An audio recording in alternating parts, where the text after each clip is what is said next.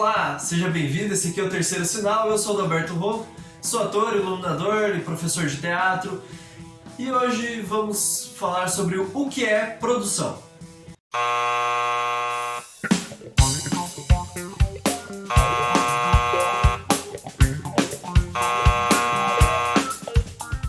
Então, primeiro, o que é a produção, no caso, dentro da nossa playlist aí do que é feito o teatro, as partes do teatro, né? Vamos falar sobre o que é produção cultural dentro do teatro, obviamente, porque se você pegar no dicionário lá o que é produção, provavelmente você vai ver assim, tudo aquilo que é o movimento de produzir alguma coisa, ou pela natureza, ou pelo ser humano, né? Por exemplo, a planta produz o seu próprio alimento, isso é uma produção de uma coisa.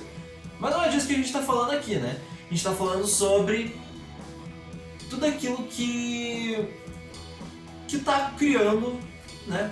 Está produzindo uma outra coisa. Estou sendo muito repetitivo. Mas enfim, é basicamente isso que é a produção. Ou seja, você criar o espetáculo, por exemplo, numa produção cultural. Você criar de fato a coisa. Você organizar, planejar todas as etapas de produção. Todas as etapas que vão tornar aquilo real. Só pra gente organizar o raciocínio aqui.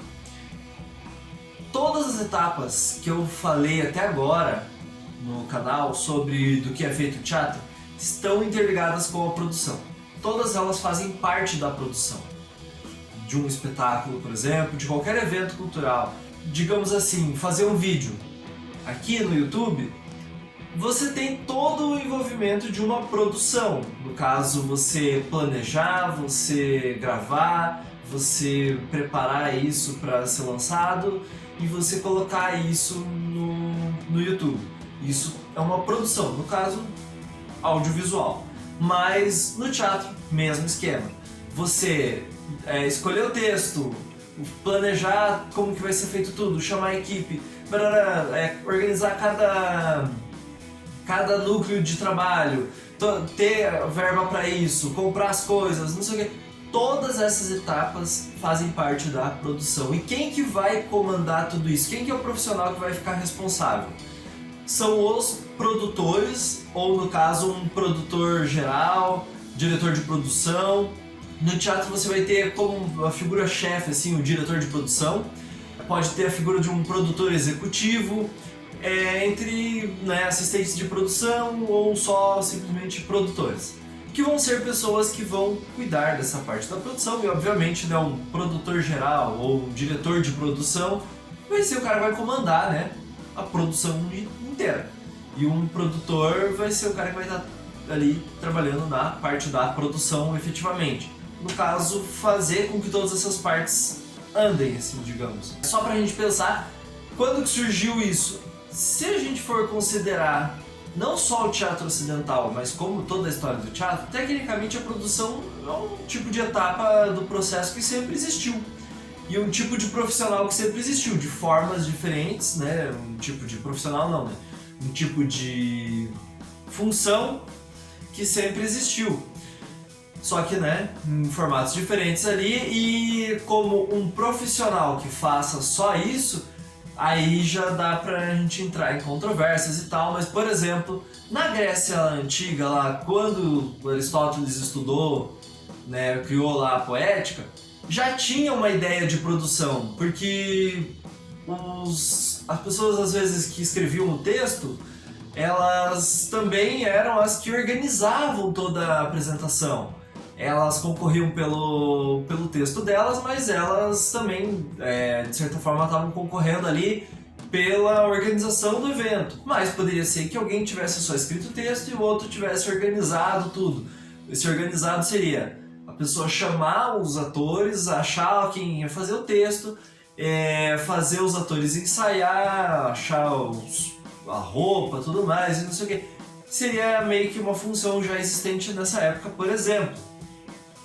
E aí a origem do produtor é meio que essa, no caso, da questão ocidental, assim. E aí sempre foi tendo, às vezes na figura de um mecenas, alguém que tinha dinheiro e bancavam uma companhia que tinha um diretor, tinha um ator, tinha um não sei o que lá, mas o cara chegava, dava dinheiro pra eles e falava, eu quero que vocês façam tal espetáculo que eu sei que vocês têm, assim, assim, assado, eu quero que mude isso, aquilo, aquele outro, meio que fazia essa organização de produção, por exemplo, e ele que entrava com o dinheiro. Daí que vem, né, essa ideia de mecenas, vem o nome mecenato, que hoje em dia a gente tem, né, os editais de mecenato subsidiado, que é, na verdade, o nome desses editais completos, né? Mas, enfim, ou às vezes você tinha os mecenas que era só um cara que dava dinheiro lá pra fazer, enfim. Então, só para recapitular, o produtor, ele é um profissional que é especializado e focado nisso, em organizar, planejar e executar, assim, né, botar em ordem a execução de todo aquele produto cultural, digamos assim, tudo aquilo que for evento ou atividade artística, cultural, assim. Então, por que eu também digo tudo aquilo que é evento? Porque, sei lá, você pode ter numa formatura um produtor, você pode ter num casamento um produtor, um desfile de moda um produtor, pode ter. Assim como você tem produtor na criação de um projeto de um livro, você tem, enfim, vamos com calma. Mas no teatro, por exemplo, você, né, vai ter ali o cara que vai planejar. Às vezes você tem um produtor que só fez o projeto. E às vezes você tem um produtor que está acompanhando o desenvolvimento do projeto. Ou um produtor que só vai estar durante a temporada viajando com o elenco. Tem todas essas possibilidades. Como que é um produtor dentro do teatro, não? Dentro e fora do teatro, em que outras áreas ele pode trabalhar? Como eu já meio que citei, pode estar em qualquer tipo de eventos, assim, mas também um produtor, às vezes o mesmo produtor, inclusive, ele pode migrar de uma área para outra, porque as habilidades que ele vai precisar são meio que próximas ali. Claro que às vezes tem muitas coisas específicas, então ele vai ter que ter um jogo de cintura ali. Mas um produtor, por exemplo, pode trabalhar muito bem com televisão, com cinema. Pode ser alguém que trabalha com produção de teatro, pode trabalhar como produtor de elenco na televisão ou numa produtora de audiovisual em geral. Um produtor cultural que trabalha mais na parte de construir projetos e buscar parceiros, de fazer essa venda dos projetos com as empresas. Pode ser um cara que vai lá e trabalhe com uma editora em parceria para criar projetos para produzir livros, coisas do tipo. Pode acabar sendo trabalhando até com exposições de artes plásticas, porque você vai ter uma figura de alguém que vai fazer essa ponte entre os artistas, as exposições e não sei o que, e pode ser muito bem um produtor. Então, no caso, você pode ter ali, né, essa pessoa trabalhando nessas etapas, e pode ser uma pessoa que trabalhe em um evento num lugar, outro evento no outro, porque também é uma profissão que por várias vezes a pessoa às vezes faz parte de uma empresa só de produção. Aí às vezes vai ter uma MEI, vai ser um produtor que nem sempre nas empresas assim é um cargo que ele é contratado registrado, ou muitas vezes é por contrato, ou é por freelance. Então por isso que tem muito essa possibilidade de alguém que trabalha de produtor em um lugar e trabalhar em outros também, ou ter essa flexibilidade de coisa. Então o produtor, além de trabalhar em todas essas áreas de eventos do setor cultural, devido a isso, de certa forma, a formação dele não é uma formação muito fixa, assim. Só existe um meio de ser produtor cultural. Não. Você pode acabar trabalhando como se a pessoa eu comecei trabalhando num lugar, de repente eu era produtor. A produção cultural como uma formação para quem quer trabalhar com isso, por exemplo, a pessoa pode estudar de diversas formas, diversos cursos que vão levar a isso. Ou até já ouvi casos de pessoa que não teve curso nenhum, só foi direto trabalhar com isso, conseguiu, sei lá, um estágio, alguma coisa, não sei o que, daqui a pouco ela viu, estava tendo espaço para poder trabalhar efetivamente como produtor cultural.